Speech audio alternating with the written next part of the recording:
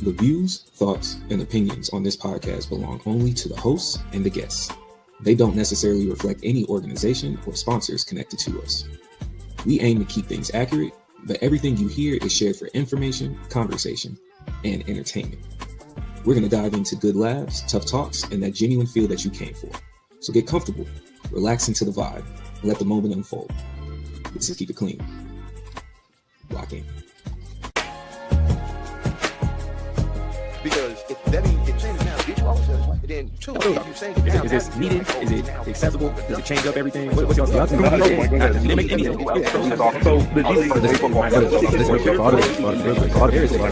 There is a game that's taking place.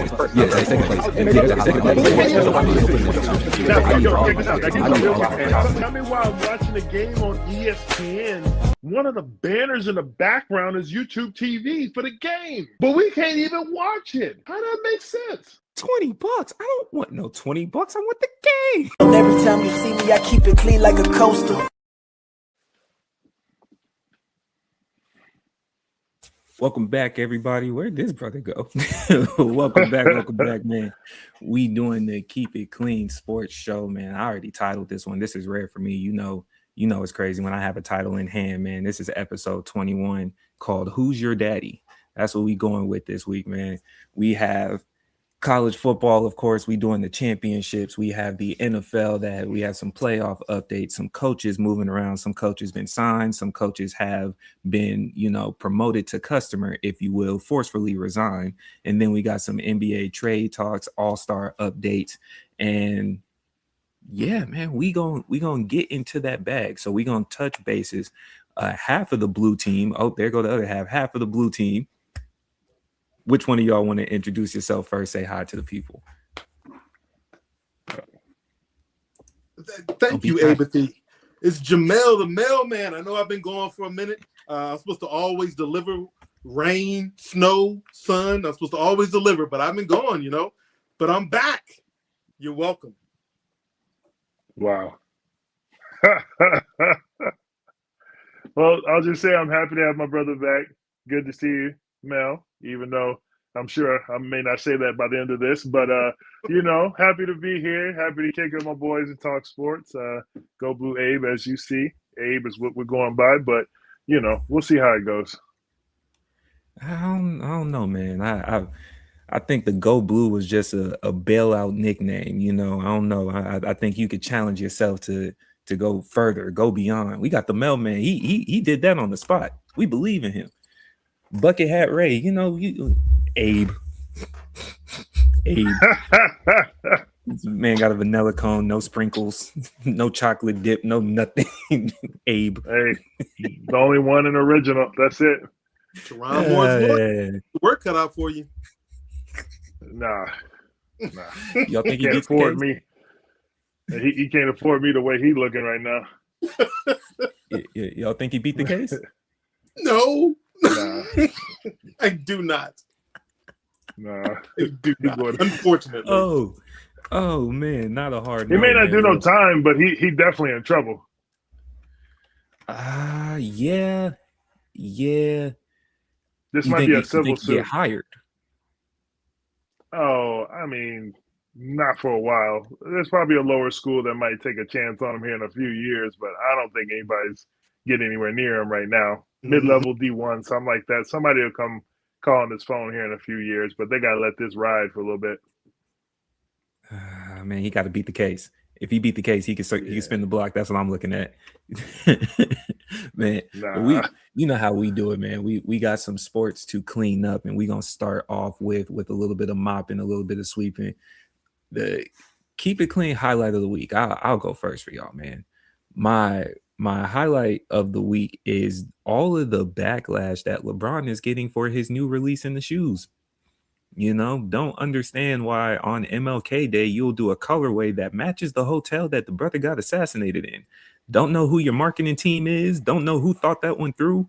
But boy, if Shut Up and Dribble was ever a time to apply, this was the moment. you missed, but you missed. In a season of misses, you should be Bozo of the week, but this is going to be the highlight, bro. Come on, man. If you would get past page 1 of that Malcolm X book that you supposedly had read, something would have told you that this wasn't the move. But to each their own. That's the highlight of the week for me. Player of the week, we're gonna get to it, but man, Fernando,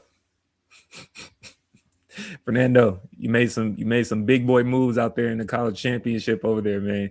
And of course, after you won, all the stories about you been coming out, how you weren't even really recruited like that coming out of high school, that the Cal just needed a body. They went and picked you up. They got videos of you talking about why you don't have a girlfriend. You said, man, I'm dedicated to the game, man. You can't even do it. And then you stepped up in the time they needed you the most. And you even highlighted how Carson Beck, every time you lose, it's on you, buddy. Keep throwing them damn interceptions. Hate that for you. Right. And then we're going to slide straight into bozos of the week. Everybody that defends Josh Allen, those are my bozos of the week.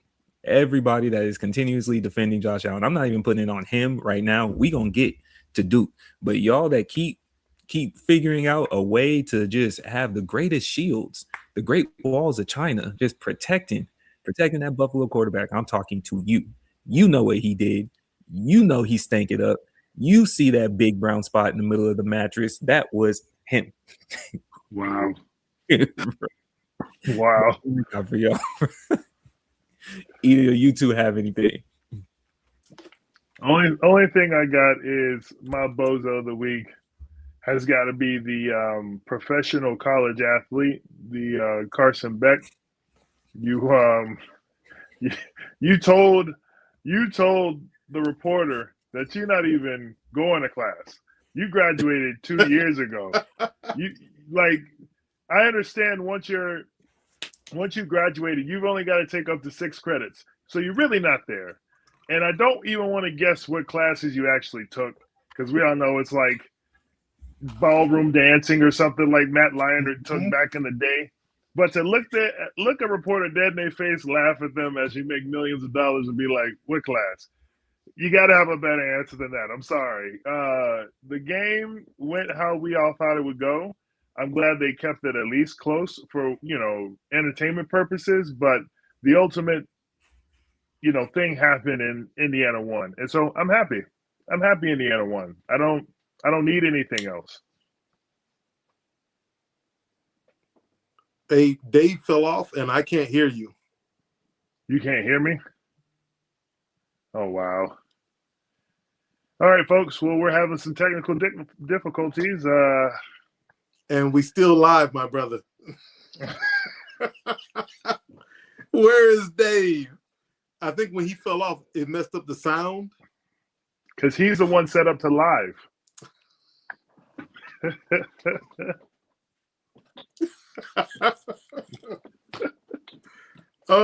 But you can hear me?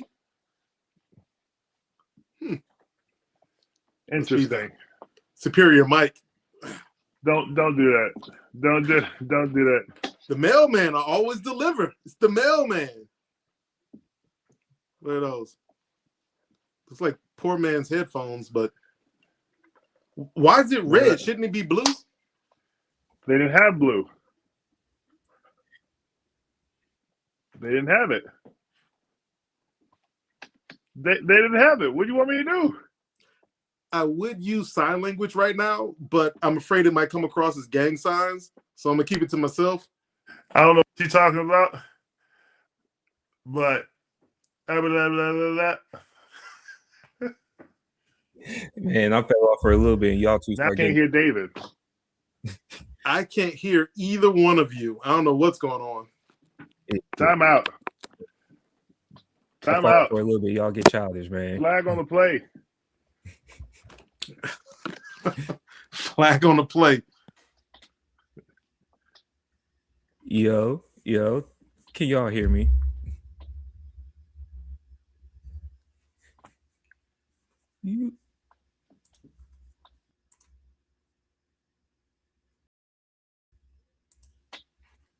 Yo. There we go. Yeah. I leave just for a second. Y'all two start getting childish. That's crazy. No. That was, you know who that was. I wasn't doing nothing, man. I leave just for a second. Y'all start getting childish, man. Look at y'all, man. You said Carson Beck. I don't know where where Jamel went, do you have a highlight of the week? Yeah, my highlight of the week was watching the two teams I said was going to make the playoffs and win. So right now, the Seahawks are just as strong as they've ever looked. And the highlight of the week has got to be the game between Chicago and LA. That was box office. So that's my highlight. I'm hoping Jamel has a conversation for DJ Moore. I am hoping brother Jamel has a conversation. That's a lot of money. I'm hoping brother Jamel has a conversation for DJ Moore. Are you back? Look at him. Look, yeah, there you go. I had to put you in timeout for being childish. I heard my name. You need help? Here I am. Did you have a bozo of the week yourself, good sir?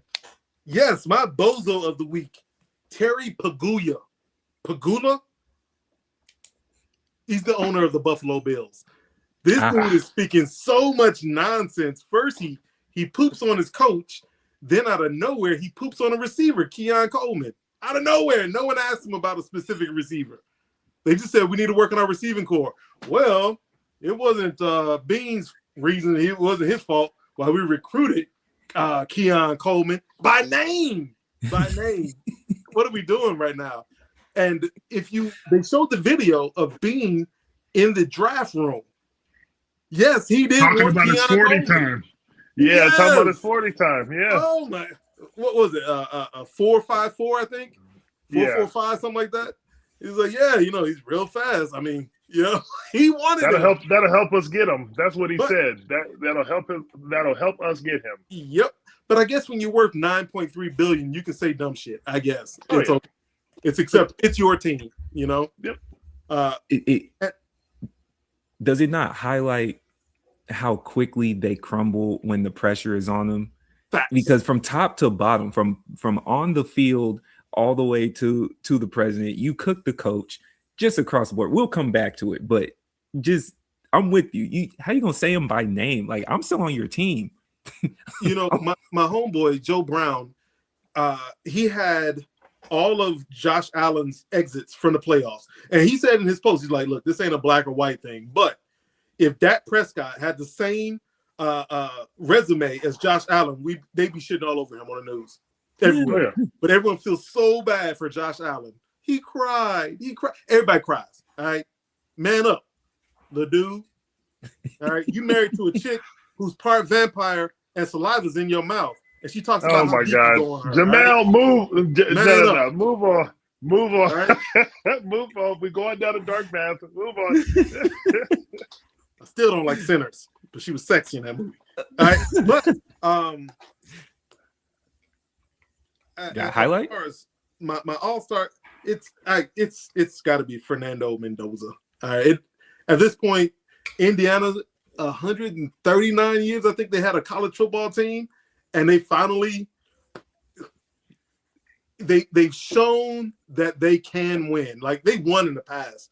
They've never been a powerhouse or anything of this nature, but they have won games. They've been to bowls in the past, but it was always like the Meineke one hand clap bowl. It's been those types of bowls. It's never been something one hand clap is hilarious. Yeah, you clap your chest.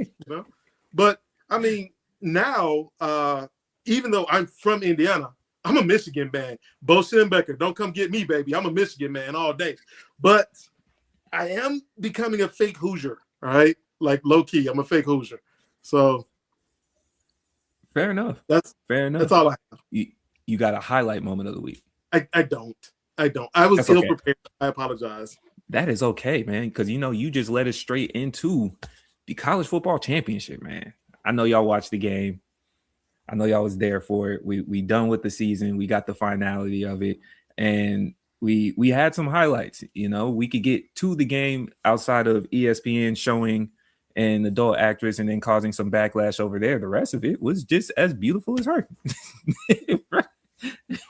How did y'all feel about the college football national championship? Two Adidas teams, one team we all predicted was going to make it. another team that we all three had losing at some point in this, but they got in there and they made it a dogfight. What did it look like to y'all? To me, just to jump in, it definitely looked like two sides that were playing it pretty safe. I think Indiana showed that they could, run the ball pretty well. And, Miami at times had little spurts where they were running the ball, but a lot of like the first half for Miami was just playing it really safe. I don't think, they did anything but punt the ball the first 3 or 4 possessions whenever, they went 3 and out. But watching them kind of get their feet in, figuring it out, letting the jitters get by, second half coming out, having a better stand against Indiana, to me, it looked like the adjustment was made at halftime. They were making the pressure to Mendoza happen. They were making the pressure to the wide receivers happen. So this wasn't just a bully ball game. And Miami has a good defense. We've seen that. We've said that before. Offensively, we've always had a question mark if Carson Beck could make it happen the way that he's, done in the past. And so the bigger question mark that came was in the big moments, who was going to show up. And if you don't think Mendoza is that person, you didn't watch the same game, because when he put his body on the line to go ahead and get just annihilated, but reach over the goal line and then get the touchdown, I think the thing people need to realize too, you saw him get clocked. Did he lose the ball? No. He still had full possession of the ball when he came down with a full extension of his rib cage out to that goal line. That needs to be understood. That was not just let me put my hand over and reach back, or let me put my hand over, the ball gets lost and it's whatever, we still scored a touchdown. No, the man carried it all the way through. So just like he did the rest of the season, Mendoza put it on his back and he got it done. So props to Indiana for winning it for the Big Ten 3 years in a row. But yeah, this was everything that we paid for it to be.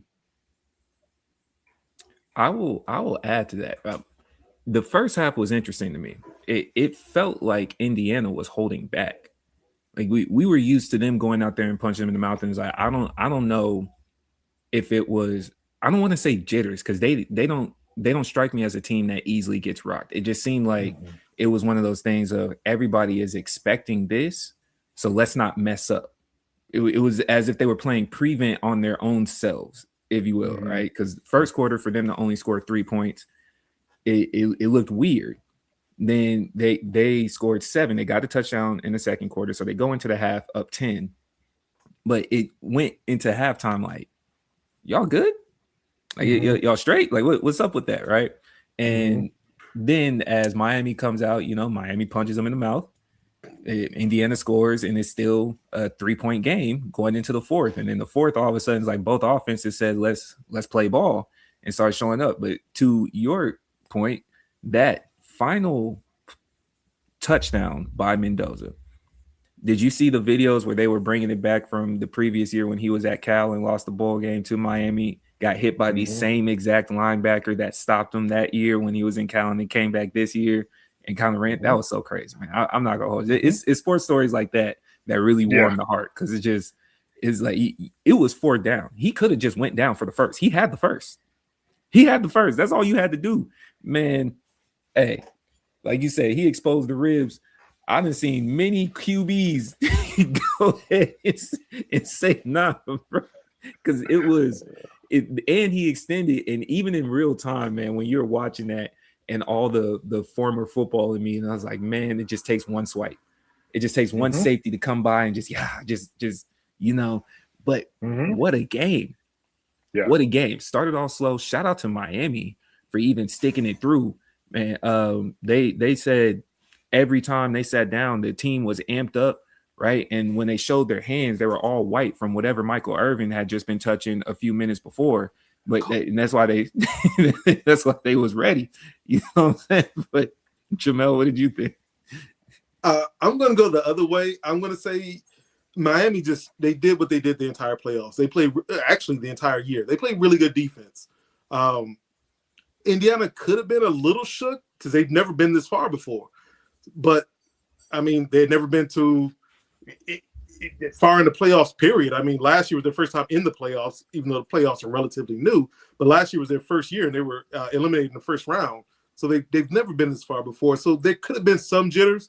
But Indiana is Drake. Started from the bottom, now they're here. Started from the bottom, now the whole team fucking here. That's who they are, man. Well, Miami reminds me, especially with Carson Beck as their quarterback, they remind me of that 05-06 Bears team, the one that made it to the Super Bowl and lost. The defense, great. Offensive line did their part. The running back, Lester, dude was running. He was moving that ball. And Indiana's defense is so underrated because we only talk about Mendoza and the offense, but their defense is really underrated. But at the end of the day, it came down to Carson Beck. With the Bears, it came down to Rex Grossman. And what happened? Both of them failed. All right? Both of them failed. So that's what they remind me of. I am happy for being from Indiana. I'm happy from Indiana. But at the end of the day, fuck Indiana. Next. Did y'all see the squabble after the game? I did. It was a running back and one of the linemen were getting into it for Miami's running back and then the lineman for Indiana. He threw a nice right hook. That was a solid right hook. And I want you, okay, for the people at home, I need y'all to know this. Please hear me and hear me well. Don't sit there and comment like, oh, he didn't knock him out and everything. I don't think you understand how big linemen really are, right? Buddy is 6'6", smooth 325. He could have ate at least 5 of them and still would have just been warming up, man. That punch would have put many of us down. Yeah. Many of us down. That's a big boy, bro. And it was funny too, because I think they showed like footage beforehand. That's how you know he said something, because they showed him dapping up Mendoza. He was going around. He was happy, not happy because he lost, but he was being a good sport. And then he got over there. Buddy for sure said something, because them hands flew with such a quickness. Like, you know when somebody says something and then you can't even mentally process, like, okay, your hand's already gone. Yeah. Your hand's already gone. You even mashed it, bro. Yeah. It was when they used to do I think they still do the reflex test when they take the little hammer and hit the muscle or the knee and he kicked. That's what it was. He just he didn't have time to react, because like if you're thinking about punching somebody, you usually have something a little bit like where you can like cock back a little bit. He went straight from just stance to here. So like something he said he needed to chin check him for, because something was very disrespectful, but like there was no thought process done in that situation. He just went straight out and that was it. Somebody needs to chin check Carson Beck for walking off the field the way he did. Like, I didn't see that. What'd he do? He just walked off the field. He didn't. Ordinarily, the losing, just like with the coaches, the quarterback goes and shakes definitely the other team's quarterback. Maybe no one else, but he goes and daps up the quarterback. That dude, exit stage left. I'm out of here. So I didn't know that. I mean, you did lose the game. Do you? Like, I understand what you're saying. I'm with you. You should be a sportsman. You didn't just lose the game. You lost it like just a few seconds ago. Like it was right there. It's. Hey, I'll say I'm with Jamel. Seconds ago. I'm with Jamel on this one, because the dude has 2 national championships with Georgia. Whether he was playing or not, he's got 2 national championships. This is the one for him to win on his own. I'm sure that's how he thought about it. But like, yeah, bro, you can't do all that and then just run off the field. Like, just come give me a quick dap. You can do like Buffalo, Chicago's coach did the Packers. You can run by disrespectfully and smack my hand and be like, woo, whatever. But like, just come meet me halfway, because we've been doing this all game. After you talk about Ben Johnson, Abe, can you say go Bears just right after you talk about him? You can do it before or after they lost to the Rams. I'm trying to figure that out. Hey, we can't be jumping topics. Hey, it's okay. It's okay. The Bears did lose. It was a very good game. I was looking for the Lions in the playoffs. I didn't see them. Did I miss something? Seen that coming. Seen that missile coming from a mile away. Of course. Go Bears. Of course. So now that we've wrapped it up, we've seen the playoffs. I got to ask y'all a disclaimer question, even though I know you two don't have the capability to do it. But if you could just dial back the biasness from a 10 to spot me a 2. Is the Big Ten the best conference in college? Yes. Yes. God damn it. Yes. We back, baby. We've been back. Michigan, fuck We Ohio here. State. You Ohio see it? State. Indiana, Oregon. fuck Indiana, but yes. USC's with us now. We're back. We're back. It's 3 in a row, okay? And that means that all the banners that you've seen the last 3 years got Big Ten at the bottom of it. And then next year, you know what? The great Nick Saban said, this is set up for the Big Ten. He can say whatever he want to say, talk about you got to pay people from the South to go to the North. Say whatever you want to say, but just know the last 3 years, you didn't see the Big Ten champ banner hung up. That's all I'm saying. One of the most biased men in sports, Paul Feinbaum, even he had to admit the Big Ten is the best conference. And he's an SEC apologist. That's all he ever talks about. SEC this, SEC that. But He talked about getting in trouble for even saying that. Yes. Y'all was so excited, man. It felt like a Cialis commercial over here. Is the 3 years Viagra commercial. Is the 3 years indicative of what we're going to see in the future? Because I don't know. Again, no bias. I'm asking y'all because I don't really have a dog in this race.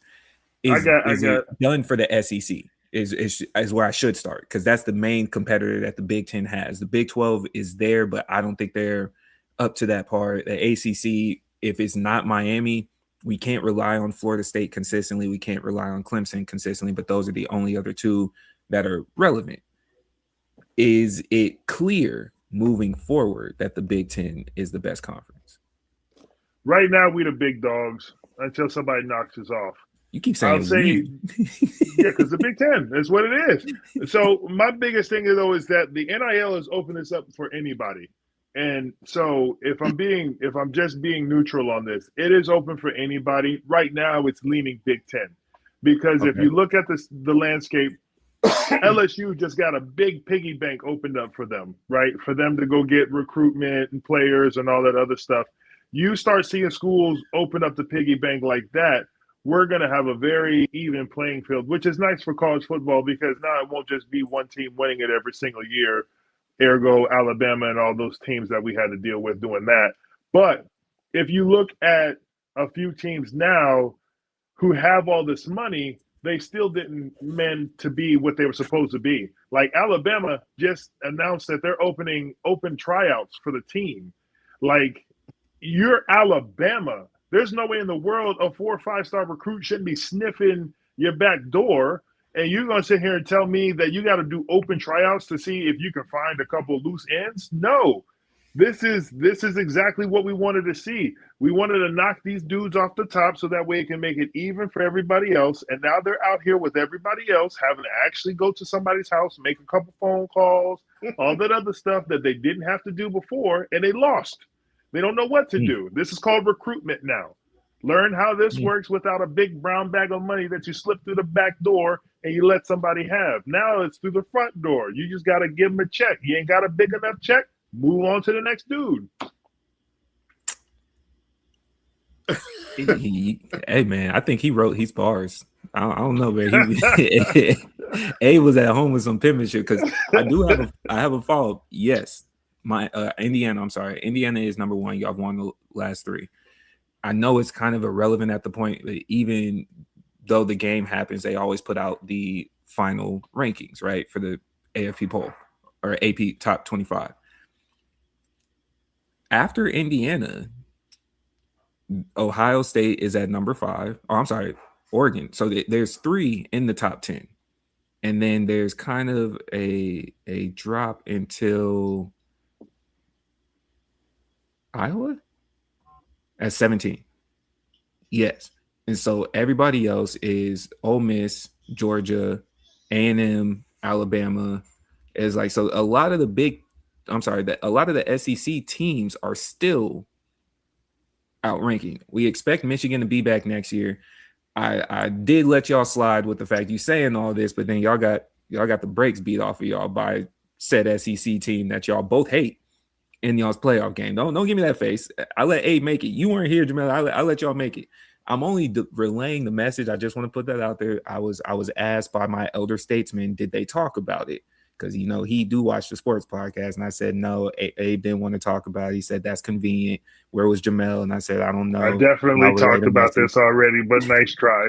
No, we didn't. How you like the cover? It's on camera. You see how you like the We did not talk about it. we did not talk about it. But with those rankings, are y'all still saying, like, is it top heavy? Because I don't know if Indiana repeats this next year, especially with their quarterback leaving. It'll be interesting to see. I think they open the door to make themselves a team to go to. You have Michigan, you have Ohio State. I don't know what's up with Oregon. Like, if you want to go to Oregon just to look good, for sure. But if you want to win a game, especially the big game, you need to go elsewhere, anywhere but Oregon, right? Michigan, Ohio State, Oregon, Indiana. Then what? So you're looking at how many teams are in the top 25, and the SEC may have more teams in the top 25, but the top of the Big Ten has more quality now. This isn't Saban's Bama. This is not Georgia from a few years ago. At this point, they're really good teams, but there's no exceptional team in the SEC. It just isn't. The closest you have is Georgia, and we saw what happened to them.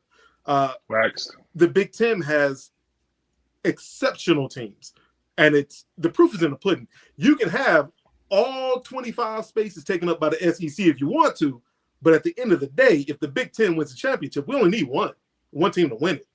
We're still the best. Is that only telling part of the story though? Because y'all do have 4 exceptional teams, yes, but then on the bottom half of or after those exceptional teams, it falls off drastically. No, states are relevant. No, because if you're looking at it too, the SEC, and you and I both know, or all three of us know, the biasy that they get whenever we get to these conference conversations and rankings and everything else.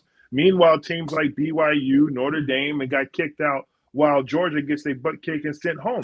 There are teams that we can talk about all day just because they give the AP polling rankings. I don't think we ever agree with the rankings 100%. So we might agree on like the top couple teams, maybe top 5, but I don't think anybody ever agrees with the AP polling being 100% correct on those stats. To be fair, only talking about them and the Big Ten, and I'm with you on that, because to y'all's credit, we still can't figure out the mystery of Alabama this year, right? The way that they got ranked didn't belong there. You could definitely make arguments at certain points for Texas. Sure, they're not as bad as Alabama. Then when you get to the other ones, Georgia lost in a great game to a fellow SEC team. At the same time, them being a premier, we saw Ole Miss go from just being a regular underdog to now you were a threat. You got possibly cheesed out of being in the final game to begin with, right? I don't think they would have won. Let me be clear. It still would have been in right. I have no question in that, right? But you're looking at the spread of it, is like, man, most of them, I'm saying I understand the premier teams. Y'all have 4 very solid teams every single year. Then that second half over there, like Michigan State exists. People forget about them, but they do, like teams like that, they exist. Penn State has fallen to the depths now. Now that they got rid of old boy, it's cooked season for them. Washington, stop. Like we're not doing this. So does the middle of the pack as a whole, SEC, balance out with y'all have premier and then y'all have bums? You know, at the end of the day, I don't think anyone looks at the middle of the pack. They look at who wins the championship. And that's what they base it off of. And if we don't shooting bars at me, y'all rapping at me like I'm just asking questions. For you, I'm answering your question. At the end of the day, 3 straight championships. I mean, when the SEC was on top, no one cared what Vanderbilt was doing. Nobody cared about them. You know. Now the Big Ten is on top, 3 straight championships. No one cares what Iowa's doing. No one cares what's going on with UCLA. Nobody cares about that. At the end of the season, who's your number 1 and what conference are they from? Because the Big Ten, we're the best. All the rest of our teams could have losing records. If one team wins the chip, that's all we care about. And for every Michigan State team, or UCLA or whatever, I can look over at the SEC and we can see some of these lopsided little conference games and schedules that they have as well.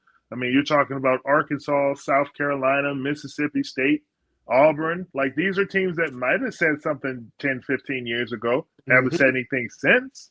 So every conference has a good top heavy and a bottom heavy as well, in my opinion.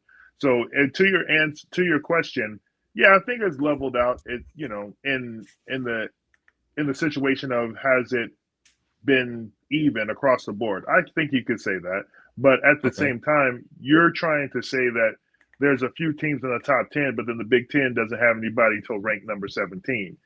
To that jab, we don't appreciate, because we all know that there are other conferences that get put into this conversation. So it's not like the SEC soaks up all 5 to 17, but we're going to sit here and talk about it like, the Big Ten ain't part of the conversation. We're in the conversation because we are the conversation right now. Preach. Hey, y'all, again, I'm just a question asker. Hey, You're saying and me, I'm just like, answering the question. You keep asking us. Yeah. You're a troublemaker. I'm just looking at these. These are the numbers. These are the stats. That's what they say. But where did the question come from? It came from you. Don't look at the. Yeah. The question came from you. I am just running a show, my brother. That's all you are. Rage bait button right up here. This is what he did. All he did was just mash it. Now, I'm with y'all though. I'm also just overall. Y'all know me. I don't have any dog in the college fight other than making sure Notre Dame receives all the hatred that it deserves. That's it. That's all I have for college football. But I do want to go ahead and plant the seed. We're not going to talk about it today. We're gonna circle back because it's still kind of fresh. Similar to what we talked about, Abe, with the brother going back to Baylor after playing professionally. We now have the lawsuit. Y'all see Duke's quarterback getting sued because he waited till the last minute. Yeah, he told them he was coming back and waited till the last minute for the transfer portal window. When who was it that threw a bag at him? Somebody. I don't know. Can't remember. Well, somebody threw something ignorant at him, so he said, "I'm out."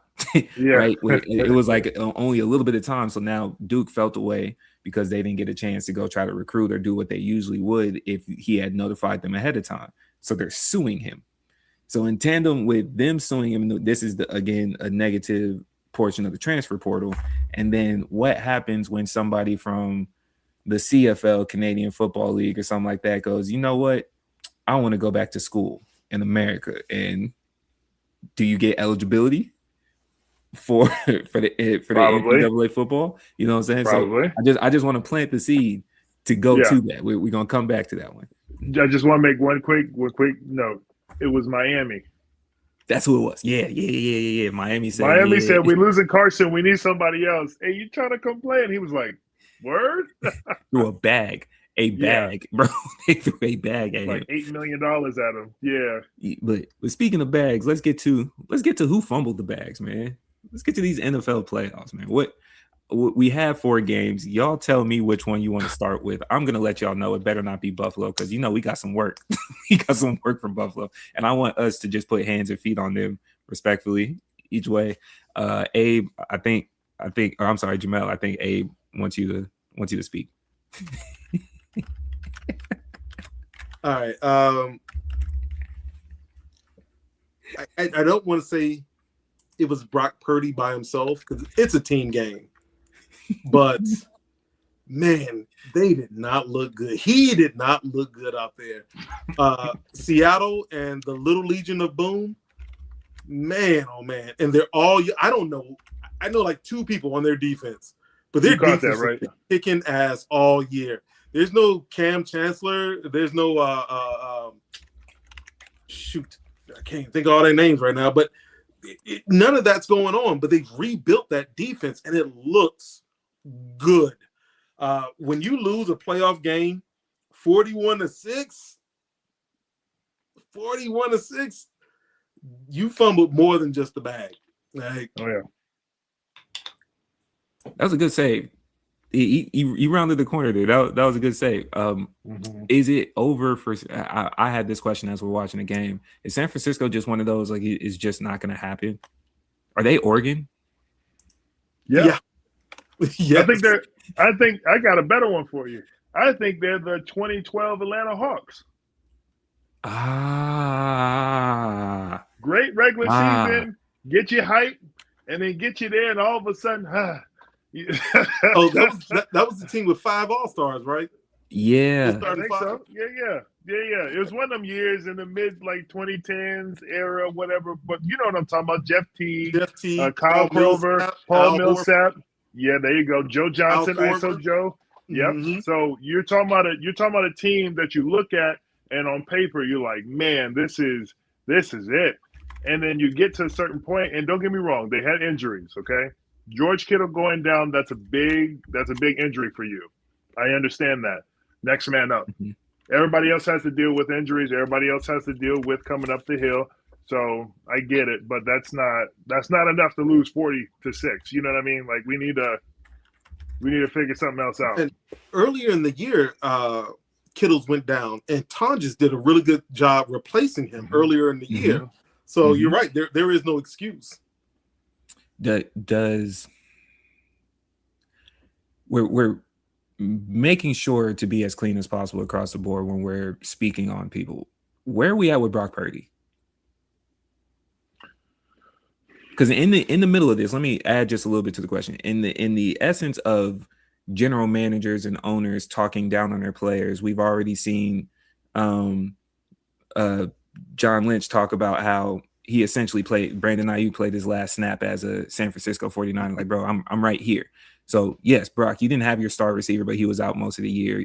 But he's also been in this situation where you had more or less the same team, and then you have Christian McCaffrey, all that good jazz. So where are we at with Brock Purdy? I don't know. I guess because the expectation for Brock Purdy was never what like a Josh Allen or Lamar Jackson is. So I guess that's why we're a little bit nicer to Brock. But if you are looking at the team, you got Christian McCaffrey and a bunch of weapons.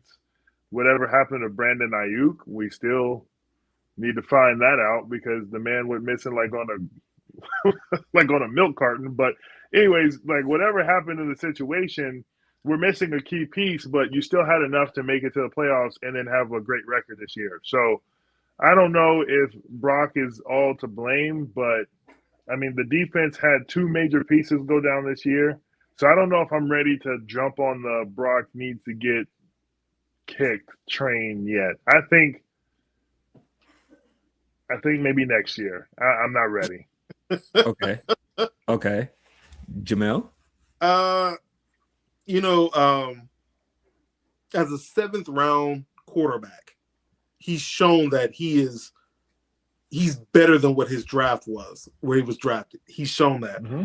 But other than that, dude is he's a basic bitch. Like he's just an average quarterback.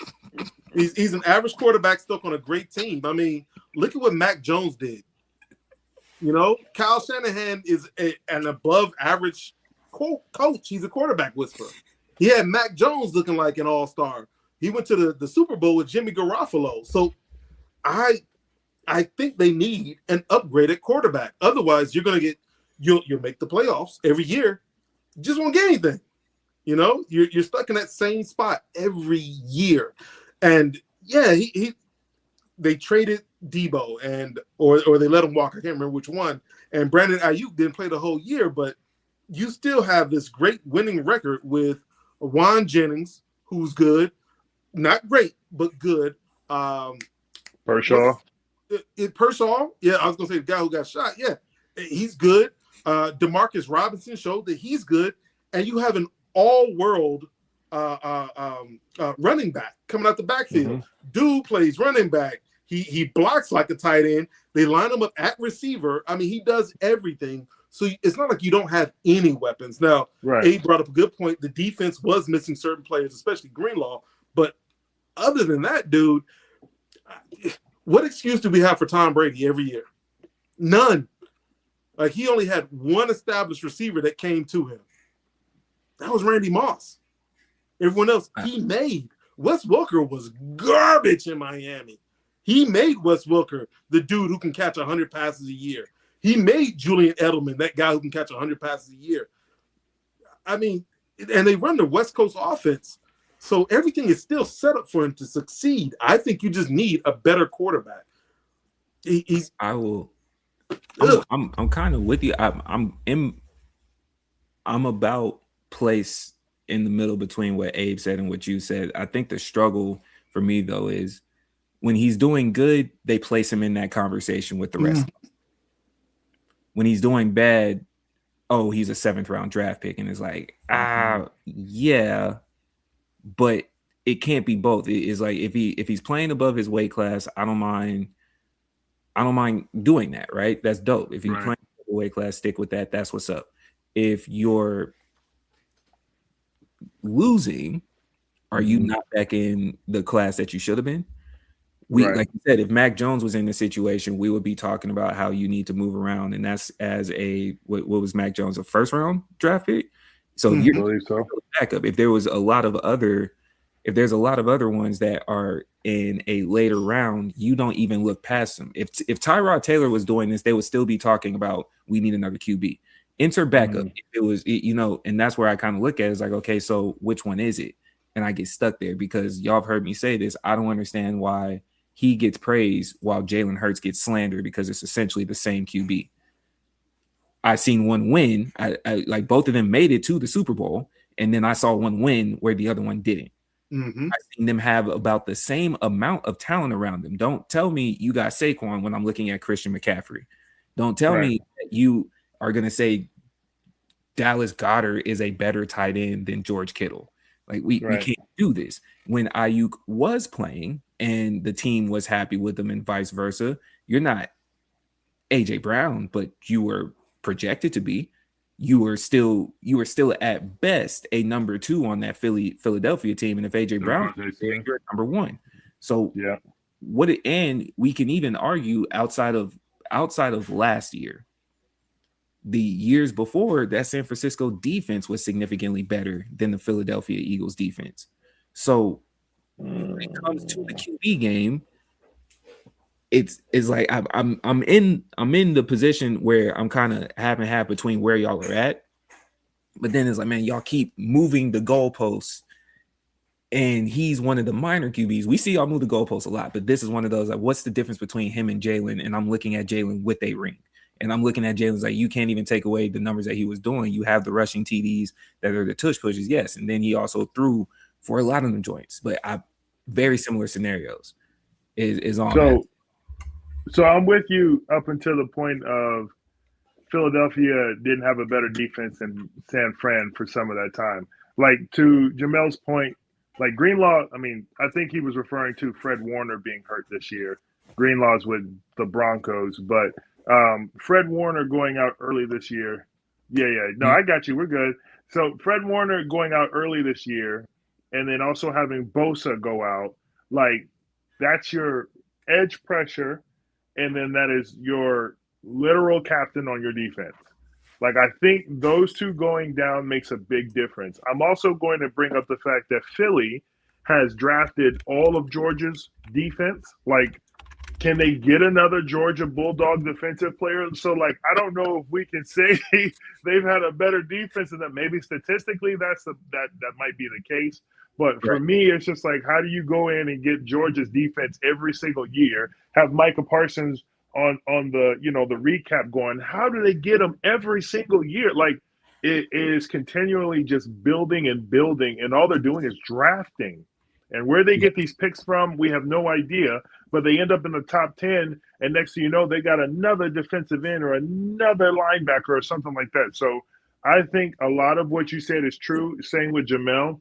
It's just a point of, I'm not ready to kill him yet.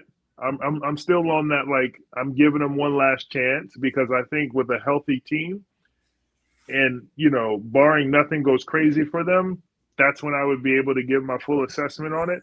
Again, next man up mentality, I get all that. I think for him, I'm just not there yet. And I think that's because of the expectation. Jalen Hurts is supposed to go get it done. I have a higher expectation for him, so I have a higher critique for him as well. Brock Purdy, I just don't. Okay. I mean, one team's next to a power plant. One team's neck is stuck in Philly with all their fans. I think you face the same danger of injury. Yeah. I think it's about the same. You know, you might get poisoned through radiation, and you might get jumped on the way to your car. I don't know. I feel like it's about the same. If your car's there, you know, if your car's there, bro. Especially if you lose a game, they're gonna take you in the car. They're just gonna walk it down the crowd. Right? Okay, so I'm gonna go to this next game. I'm gonna go to this next game because I'm gonna ask y'all a question after we talk about this game, right? This one's the easiest, and then we can either, after that, we're looking at, do y'all want to do game of the week or do y'all want to do story of the week? So let's get the easy one out the way first before we get to that question. CJ. Yo, I've been waiting to talk about this. CJ. Dog, all you had to do was just anything but that, and y'all are in the Super Bowl. Anything but that, and bro, you just like I don't even know how to address it. But every time you had a turnover, they zoom in on you. You look like Alvin the Chipmunk under the helmet, and it's just buddy. Can y'all, CJ, man, can y'all get to the game, bro? Can y'all tell me? Jamel, go ahead, because I got a good one. Go ahead. So, the same excuses that we make for Brock Purdy, we can make for CJ easily. Where was Nico Collins? Watching the game just like we were. All right. When you don't have your number one receiver, your go-to receiver, it makes things more difficult. Christian Kirk is a really good receiver. He's bounced around the league a bit. What's the young brother's name? Jalen. I can't think of his name. But if you guys can't think of his name, that just shows how far down on the depth chart he was. You know, so he went to Dalton Schultz, but Schultz got injured. So, and they weren't running against. It was difficult to run against that New England defense. So. And CJ, while drafted higher, I believe he's younger than Brock Purdy. So if we can give Brock Purdy these excuses, we can do the same thing for CJ. Now, on the other hand, CJ has been sliding down a little bit. Like his rookie year, he kind of took off, and then you thought, all right, he hit the sophomore slump, but what's the negative? The junior jump? I don't know. What's your third year? Like, I mean, he's steadily sliding down, and I don't know what the problem is. I can't give you a pass though. I can't, because you're talking about Dalton Schultz being injured and not having Nico Collins. I understand. CJ the previous week had 5 fumbles. 5. I was just about to say. I was just about to say this is the same root of the tree that we're talking about. The apples are falling from. Like with a completely healthy Nico Collins, he had 5 fumbles. What was his offensive and an interception? Line? As someone who's lived with a team with a horrible offensive line, and you just pray on Sunday that your quarterback doesn't get killed. Caleb what didn't was do his that. Offensive line rated? Caleb didn't do that. Who did? Caleb had the worst offensive line. He didn't do what CJ did. No, sir. Not this year. Can't let you do it. The first thing they addressed with the offensive line. This is what happened. Joe Burrow has a worse offensive line. I didn't see him do that. That's it. The Bears have a better offensive line. I tried. Joe Burrow had a better offensive line. I can't let him do that. I tried to let you get your piece off, but we can't Joe do this. Burrow, I'm looking for his playoff stats this year. I can't find him because he didn't go. Next. I would rather have 0 touchdowns before I have 6 turnovers. Okay, that's it. That's it. That's it. That is it. You talk about 5 turnovers the game before. This man threw 4 picks in the first half, Jamel. Apathy? Okay. Are you siding with first half. It is time to chop this dude neck off. What are you talking about? You have lost your mind. Watched him bubble 2 games. No, Jamel, stop it. 2 games. not like small games. You have a generational defense that will go down as one of the best defenses that the league has ever seen. Your job is to almost be Mark Sanchez, and that is to hand the ball off, give a 5 to 10 yard route pass, and make sure that you don't turn the ball over. You know who we've been going up and down on? Sam Darnold, all these other guys. They haven't been turning the ball over, but you've got your premier quarterback, CJ Stroud, out here giving the ball away as if he's got some debt to pay. So we are not going to sit here and give him a pass off of two horrible games and one that he got to win because his defense literally scooped the ball up and scored it themselves. So we don't need you on offense. You could have put in the backup, and we still could have won because we didn't need you. That's how bad of a quarterback he was. CJ Stroud scored more for the other teams than he did for his. And you know what? And you know why? That's a statistical fact. And you know why? I might be lying, because but he's a generational Ohio State quarterback. They're exactly the same. They look great on paper, brother. And when the time comes, you drop. No, Buddha, you don't go after a man like that. Him a man, okay? No, he's 24 years old. He's 24. You weren't just animated about Brock Purdy, who's 26. This is his third year. He's been in the playoffs. Expectations. So you can't have those expectations as a 199th pick. But when you show a couple games, now I'm supposed to judge you like you're CJ Stroud? No. CJ Stroud came out the gate that way, and then the boy has been slipping. You said it yourself, he's slipping. So how all of a sudden we're supposed to be giving him the same treatment? What is a major part of that, especially when it comes to young quarterbacks? It's coaching. He has a defensive head coach, mind you. DeMeco Ryans, great coach. Great. Defensively, one of the top defensive coaches in the league. But offensively, who's his offensive coordinator? You need someone who can work with these young quarterbacks. You need that. Caleb Williams, I think he's going to be the best quarterback the Bears have ever had. But he wouldn't have been that if the Bears kept. First of all, Abathy. I mean, you said that. You said that as if I just threw the like flag you on had John Elway in all these other quarterbacks. Like you've had Jay Cutler of like recency that we need to talk about. So like, yeah, if Caleb Williams could be one of the best quarterbacks, like that's not really a hard job to have, if you ask me. Hey, just real quick, can you answer this question? How many Super Bowls has Detroit been to? Not one. Here we go with the Super Bowl. Exactly. When's the last time y'all won one? When's the last time you won one?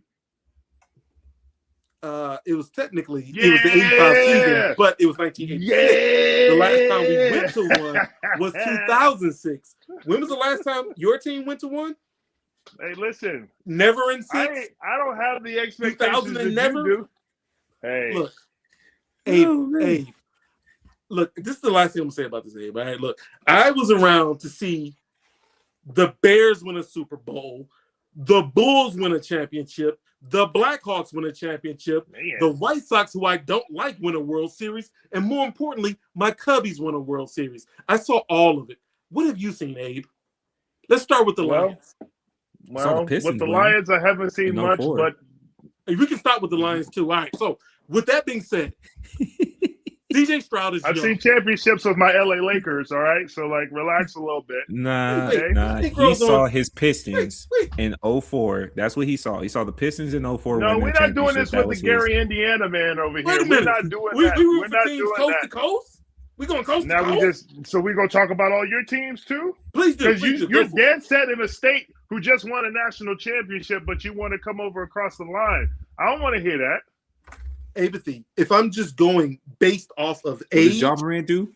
I was a Michigan man before you were a man. Okay, just based off age. I knew about Michigan before you could say Michigan. All right, just based off age. So, with that being said, CJ Stroud, honestly, straight face, he's young. He's 24.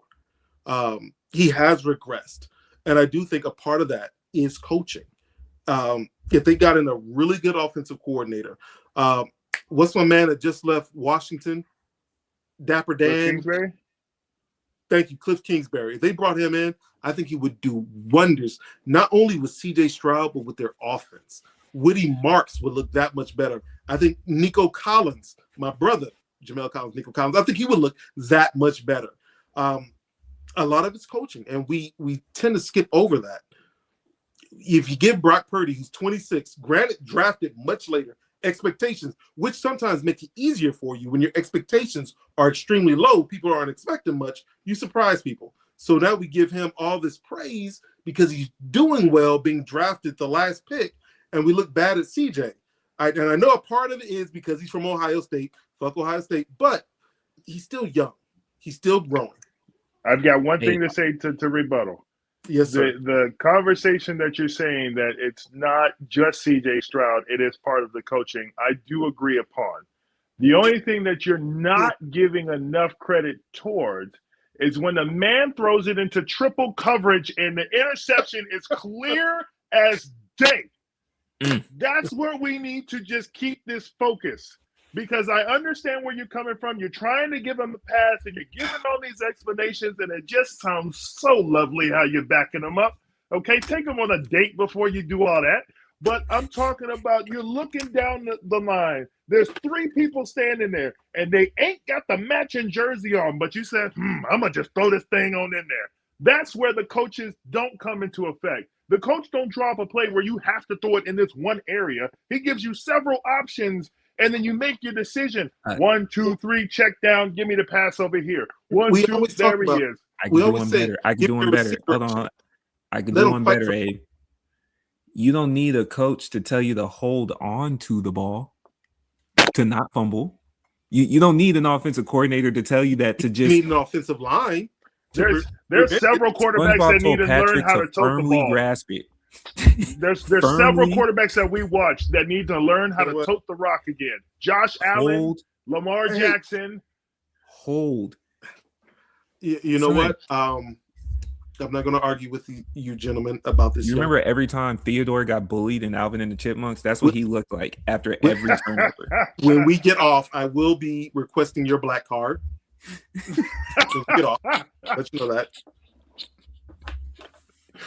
Look, just because we keep it real with one of them. Wow. Look, man, I can't. It's hard because you want him to do good just for the fact of like I don't want you to be bad. This is a generational defense. This was looking like it is. This was looking like the Ravens, man. They did nothing. One season. It's one season, yes. But what they did in this season was so crazy. Again, I'm walking around telling people their defense was so good, they prepared for CJ to score the other team 14 points and still come back and win the game. He just scored more this time for the Patriots. The Patriots put up 28 points. He was so bad that we don't have to talk about the Patriots. They put up 28. Not all of those were offensive touchdowns. They weren't. There was a pick 6 involved. No different with the Steelers. They prepare for him to do that. Sir, come on, not fumble. I just need you to not fumble. It's hard to give New England credit that they do deserve, but he was that bad. A lot of us watched that game and said, if you don't do this, we aren't talking about the Patriots. If you don't do this, these many times that you did it throughout the playoffs, we ran out of fingers and toes. How many turnovers did you have throughout the season? Yes, you regress, but regressing to the point that you can't put 2 hands on the rock and not put it on the turf? Come on, man. Come on. I just want you to know. I just want you to know that the defensive ends, the cornerbacks, everybody on the Houston Texans defense, they were doing handshakes like the wide receivers do, because they knew they was going to get the ball in their hands and have to do a turnover before the end of the game. They were prepared. They were predicting plays. Yeah, they was doing all that. They showed clips of him mic'd up predicting plays, saying number 4 is going to get the interception and run it back, and then they did it. What are we doing? That's all I hear. It's racism. Man, do y'all want to go to the game of the week, or do you want to go to the stories of the week? Dealer's choice. I'm with game of the week. LA, Chicago. And if we're keeping it clean with the slander train, all I'm going to say to start is wait. Are you going to slander my team? I'm going to slander one person on your team, because to me it's his fault. DJ Moore. DJ. Ooh. DJ Moore. Ooh. What are you doing? It's DJ Moore's fault to me. It was so much more enjoyable for me when I watched you play in Carolina and y'all was about to beat us in Atlanta, and then your dumbass took the helmet off in the middle of the field, so they threw a penalty and took away the touchdown, and then we won the game, and that was y'all's playoffs. Yeah, I was there for that. It was knee slapper, bunch of middle fingers your way. Go Atlanta. Then you get over here, and I already knew one black QB just didn't have the mental gumption to make it. So now I got to cheer for the other one. Right, I have faith in the other one, and that brother did what he was supposed to do, and then he looked for you, and you're jogging. Jamel, you go from there. Come on. I didn't see a jog. All right. I'm sorry. A fast-paced walk. Is that what you want? You power walked, sir.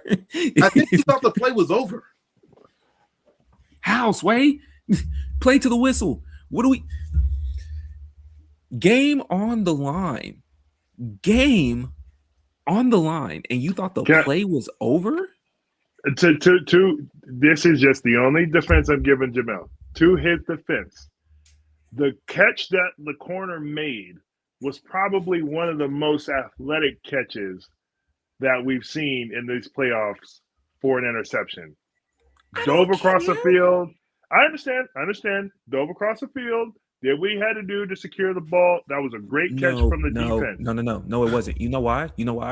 If you ran your route appropriately, he would have had to jump through you. I didn't say he didn't do his job. I didn't say he didn't do his job. I'm just saying.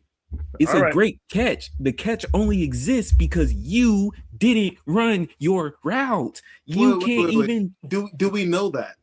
Do we know it wasn't the quarterback's fault? CJ's face told me. CJ's face, not CJ. I'm sorry. Caleb's face told me. Caleb's face told me everything. When he did this as genuine as possible, and all the announcers, he's the one who threw the ball. So he was like, "Oh, I can't believe I made that throw. Oh no!" It's the same thing. It's the same face. It's like trying to understand Japanese and Chinese at the same time. You don't know which one he's doing. He's just like. DJ Moore. Since y'all blame DJ Moore, and he did. You're right. He did give up on the play. Y'all could have played through the whistle, but it could have been CJ's fault, man. Maybe that's why DJ Moore gave up. Not CJ. Caleb. Maybe that's why DJ Moore gave up, because he's like, I cannot believe Caleb threw the ball over there when the route goes this way. We don't know, and with the Bears camp, with the way things are now, we'll probably never know, because the Bears are a much better team now. But I just watched Caleb Williams on 4th and Forever throw a fadeaway while running in the pressure touchdown that most QBs would not have made these days. We haven't seen something like this since a young Aaron Rodgers. That looked like a Brett Favre throw. That looked like something that maybe Peyton Manning would have pulled off after audibling 20 times at the line. That was an amazing throw. And then you're going to tell me that you gave him half effort on the very next possession with the game on the line? No, I'm sorry. I am so sorry. This is one of them. I don't know if did LA deserve it. Let me ask y'all that. Is that a better way to approach it? Did LA deserve Chicago lost this one. Lost this one. It was Chicago's game to lose. Okay. I'm okay with that. Jamel, do you have a pushback on that statement? We're trying to give you you not being honest with yourself. No, you're not. We letting you live. This is my first day of school, and y'all are picking on me, and I get it. Y'all jumping me into the game. I ain't said nothing. Hey, what you mean? I didn't say it was DJ Moore's fault. I did. Yeah, I even tried to come in and defend you. I even tried to come in here and defend you. I was like, yo, I'm gonna ride with you on this one, and I'm still getting yelled at. You see? No, it was your team's fault. They should have took care of business. They was the top dog, not the underdog in this game. First of all, don't put more big. Matthew Stafford doesn't even win in the cold, like historically. What? That's a stat. They yes, show the full Who stat. told you that stat? That's the dumbest thing I ever heard. Anytime the wind chill is below some, he be losing. He played in northern tier weather. His entire the first half is not first half. The first 75% of his career, he was in a northern environment. Get out of here! In a dome. What do you mean? He was in a dome. Went to Chicago and played every year. No, I'm talking. This is his playoff set. I'm just going off of what the stats said. But my brother, I can't argue certain statistics. This is just. You know what? First of all, I don't like the way y'all came at me when I got on the podcast. I don't like the way you're coming at me today. There's some racism in there. I can feel it towards CJ Stroud, towards myself. I can feel it. I don't like how things are panning out. Okay, then if you're worried about racism, since we're in the process of dragging, let's get to Queen Josh. I've noticed that. If we're in the process of dragging people and you feel it's racism, let's clean it up with Queen Josh. You said Mr. Allen. Josh. Yeah, he did. Mr. Allen. We talked about CJ. I think CJ was an inside job from whoever writes the script for the NFL to distract us from how bad you have been, Mr. Josh. I do. I know a psyop when I see one. Stay woke, fellas. I'm aware. I'm aware of who you are. You aren't ready for the big game either. Nah. We call bums, and that game he was a bum. So there's nothing else we need to talk about. No, there's a lot we need to talk about. You got a whole head coach fired. Yeah, it's your fault. Oh no, I was talking about CJ. Yeah. I was talking about CJ. Oh, yeah, no. For Josh, man. Same issue. Hold the rock. Yep. Hold the rock. I don't care about you crying after the game. When Caleb Williams cried as a college person, they said he wasn't prepared. He's not ready for pressure. When he cried after losing last year, y'all did not hold that same standard. You crying after the game because you know it's your fault. And that's okay. But the struggle is it seems like everybody else around you doesn't know, or they're starting to be aware of it. Keon Coleman didn't live up to the hype that he was supposed to. Sure. But you still had the number one rushing attack in the league. You did. James Cook had an exceptional year that we weren't expecting from him. We weren't, but he did. You had a defense that was okay. You went and got Bosa and whatever the case may be. So essentially it came down to you. And you're in that tier. He's in the tier of quarterbacks. We have to talk about it. He's in that tier of quarterbacks where it does not matter if the defense is down. It does not matter if you have injuries. Your expectations are your expectations. This was the easiest route to the Super Bowl to make the whole spiel and promotional tactic to put you as the forefront QB. It was there. And he lost the game. He lost the game, man.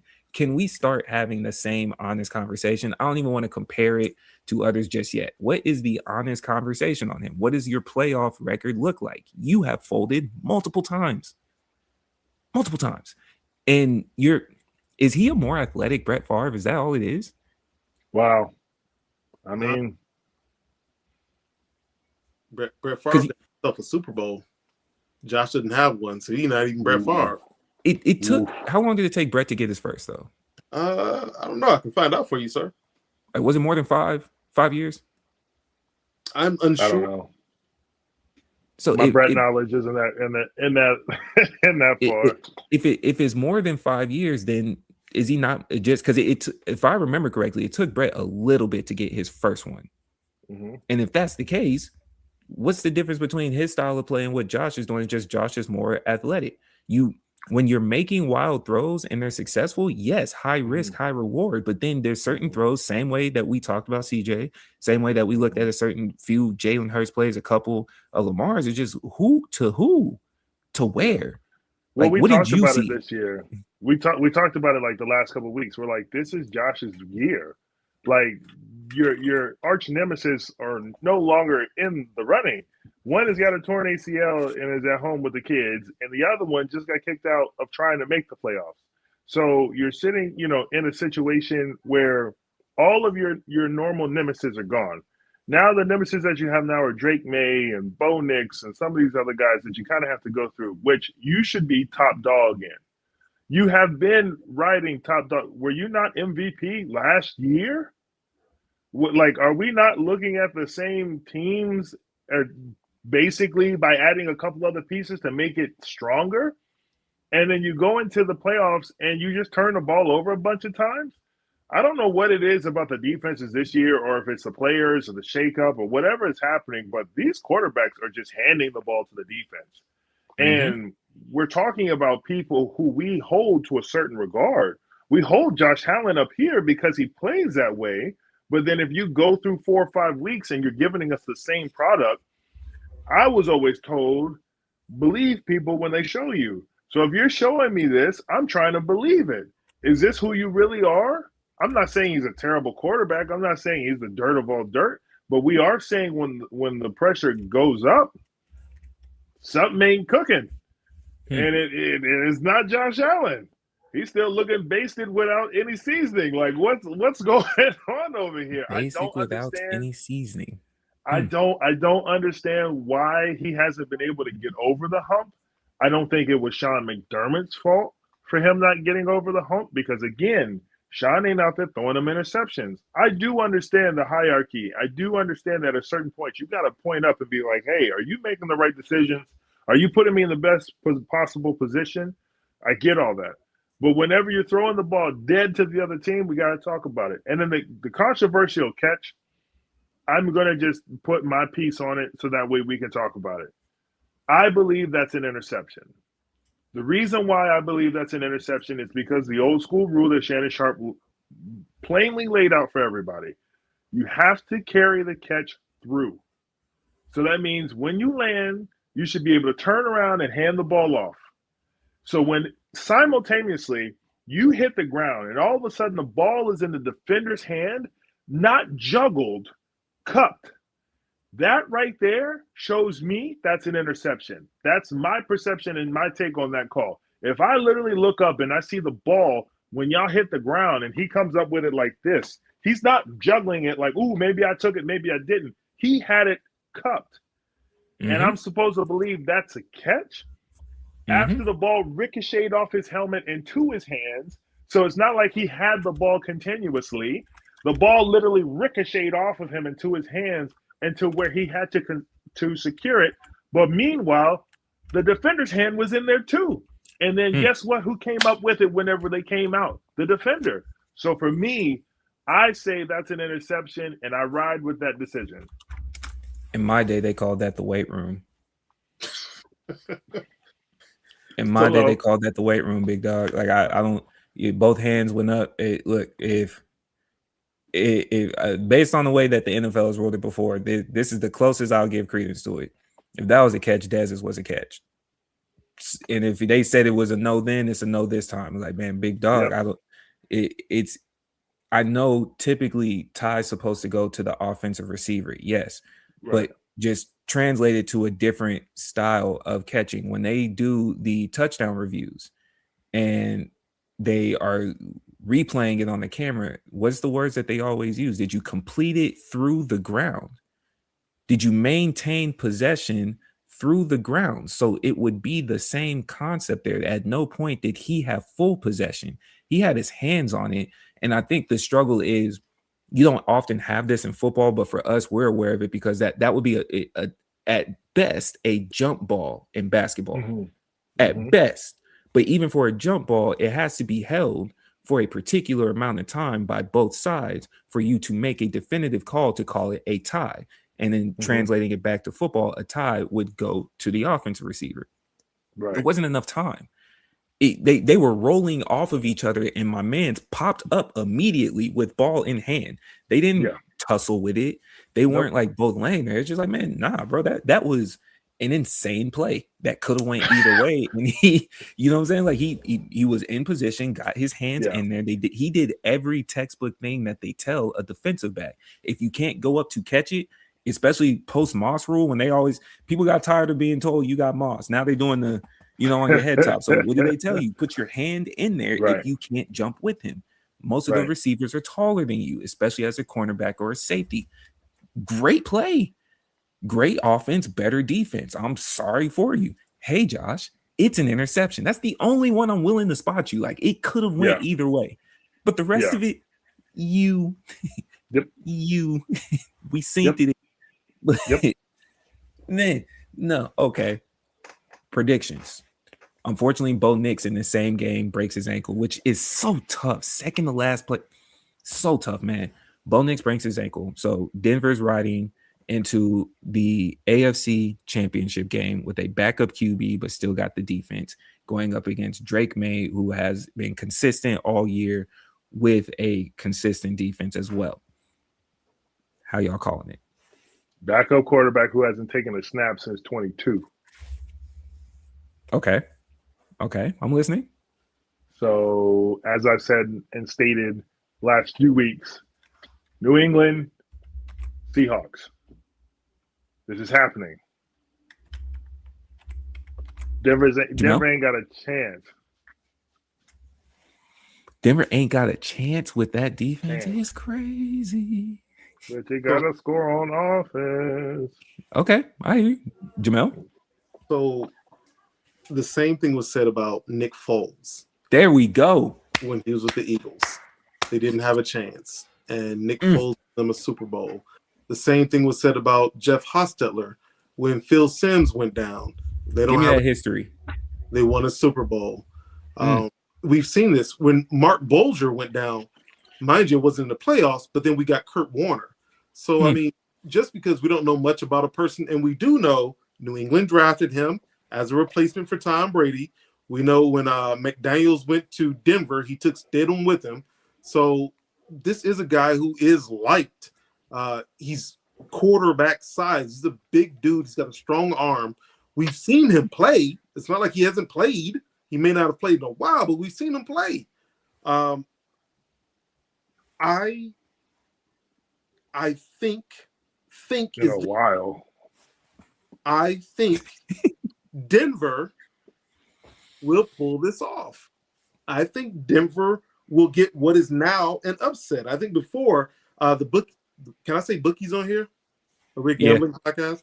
All right, cool. It's all the bookies had Denver winning previously, and then when he got hurt, or when they found out he couldn't play, obviously they went to New England. So I'm going to say he's going to pull a Nick Foles, and Denver is going to beat New England. I am right on board with you, big sir. I am. I'm sticking with Denver. Look, Denver has, ranking wise, the second best defense in the league, right? We all looked at the Texans, and in playing that game, we saw why they're that defense. CJ was CJ, yes, but the Denver defense has not failed us yet. They're playing at home, if I remember correctly. So New England has to go in there and make adjustments in Denver. It's not that you're unfamiliar with the cold, but cold at that altitude means something. Again, for Denver has the type of defense to where realistically, as a Broncos quarterback, if you don't do what CJ did, you stick in that game because they can run with a Drake May. They've seen Drake Mays like that. They've been playing Pat Mahomes all year. I know it's not the same, but Rasheed Weiss was there, and they weren't scared of that. We saw them come back against the Eagles. We saw them come back in multiple games. We saw them come back against a decently offensive New York Giants when it was a high-scoring shootout game. They're not scared of an offense. Drake has to go and beat them is really what it's going to come down to. I'm not saying he can't do it, but that's what the task is. You have to go beat the Denver defense because that Denver defense is very stout. I'm on the board of defense wins championships in the AFC at least. And I'm glad you brought up the Houston Texans point because if it looks like the Houston Texans as far as the defense goes, and you have an offense like what it looks like Denver might have because their quarterback hasn't had the reps or been in the game, this may have to go like the way the Texans went. Hand the ball off, baby. You got a great tight end. It only works so long though, because once he gets one of them passes off, and New England scoops it up, rattles it up a little bit, it's going to be a rough day at the office. Is it though? Because my only thing to that is we are also very familiar with the AFC. You know what the AFC does? Gives us 3 to 9 games consistently. I will punt you to death because I know for a fact you can't score on me, and we're just going to play the defensive battle until whose foot is better. This might come down to can a kicker choke or not. We know this. It's the AFC, man. It's like it's gonna be. I think if we're all getting a winter blitz wherever we're respectively at, as long as you're not in California, what do you think they're about to get? Yeah.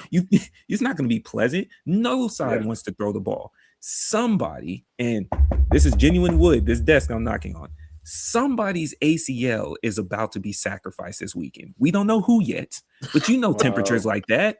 You know temperatures like that, bro. It's going to be brutal out there. ACL. CTE is developing in minds as we speak, just talking about it because it's so cold and somebody's about to get blasted something wicked. It might just be a 6-9 game, and Drake May, as great as he is, MVP candidate, may not. I'm with Denver here, but then we could go to the other side. Offensive. How y'all feel about that game? The NFC? Yes, sir. LA Seahawks. They're seeing each other. Rivalry game. It's now the only thing, Charbonnet being out does make a difference because because Kenneth Walker can handle it. There's no question about it. He literally showed you in the last game, don't worry about it. He can go take a rest. I'm going to just keep carrying this rock. But that was also against the 49ers. The Rams are not going to be on that time because if they keep the pressure there, that means Sam Darnold has to do more. The whole objective is to make sure that Sam Darnold doesn't have to do as much as he needs to do, right? So I think that's going to make a difference at some point. What difference that makes, whether they can get up out of it and weather the storm, that's to be understood. But JSX, like, I'm looking at this looking like it still looks like the Seahawks, though. Because that defense, like we talked about on the other side, that defense is crazy. Okay. Jamel, you look like you about to push back again. I'm not going to push back. I'm happy he brought up that defense because he was scaring me for a minute there. One thing I do want to point out, and I heard on the radio earlier today, I did not know. First of all, Sam Darnold had 14 interceptions. Sam Donaldson, 14 interceptions this year. 6 were to the Rams. 6 of those interceptions to one team. The other 8 sprinkled throughout the league. So they know how to play against him. But I mean, they're in the same division, so it would make sense. At the same time, they had a really high-scoring game and a really low-scoring game, and they split those games this season.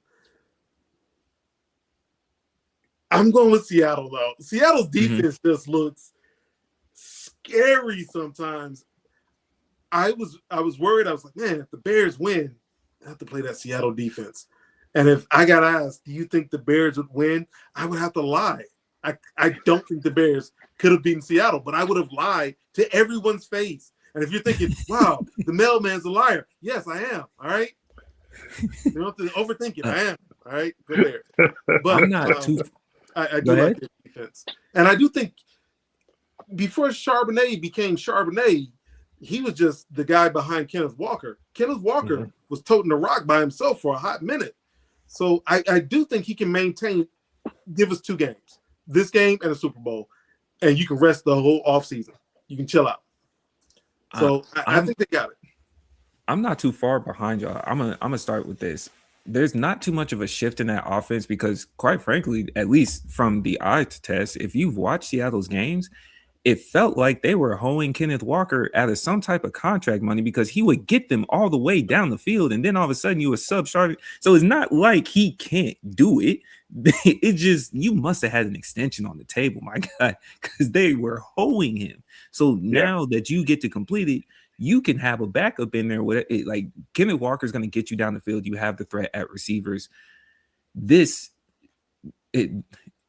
is now what should be a cruise control path for Sam Darnold to get there, because I'm with you. I think Chicago would have gave them a game, and I think what it would have came down to was, can the Caleb Williams offense beat the Seattle defense? Because I think Chicago's defense was good enough to really go and force turnovers, and you weren't just going to let Kenneth Walker run on you, so Sam would have to make some throws. And I might have been I would have been telling the truth with you, Jamel. How about that? I would have genuinely believed that Chicago could beat them just because it would have came down to Sam Darnold. Now it's just as long as you hand the ball off, man. Sam hasn't shown us that he's just doing spectacular things in the playoffs because of how good that defense has been, how good Kenneth Walker has been. So that one game, you didn't have to do anything. So you can't say for or against that he's just not the QB to worry about, because there's so many other factors around him that make it pretty solid. So I might be with you. I might have Seattle. I'm picking Seattle to go to the Super Bowl. It's just a divisional game, man. I'm excited for this particular game. It's the divisional one that's going to be our offensive shootout, but at the same time, it could mess around and be some ugly, some horrendous. But I don't think that may happen. So, Abe, you have New England and Seattle. Yes, sir. Now, this is your updated team, okay? Jamel, you have Denver and Seattle. As well with me, Denver and Seattle. Okay. That's simple. Well, let's wrap this up, fellas, man. It's been a while. It's been a while since we've had some conversations about this, but let's do a little bit of NBA, man. Just a little bit. We don't have to talk about the games necessarily. I think we can go through. Y'all want to do trade rumors, or y'all want to do the All-Star player announcement? I'd like to do just 2 trade rumors that we need to just address. One, okay. Has anybody checked on Trae Young? Can we just throw that out there? Anybody checked on him? I know he went there for the bag, so we don't have to sit here and act like, oh, he's really there to like build a championship team in Washington. We're not going to be that, okay? We're not going to do that. He's there for the championship contract because he knows that once his comes up, they'll give him the extension and there won't be a conversation. So, anyways, the other one I really want to talk about is Golden State. Can you just zoom in for me real quick? What's up with Kuminga? What's up with this drama between you and Kuminga? Can we figure this out? Either you want him or you don't. Either you want him or you don't. I don't understand. Like, you either want the player or you don't. So why are we still just dragging this along for the 4th year? Kerr hates him. We know Kerr hates him.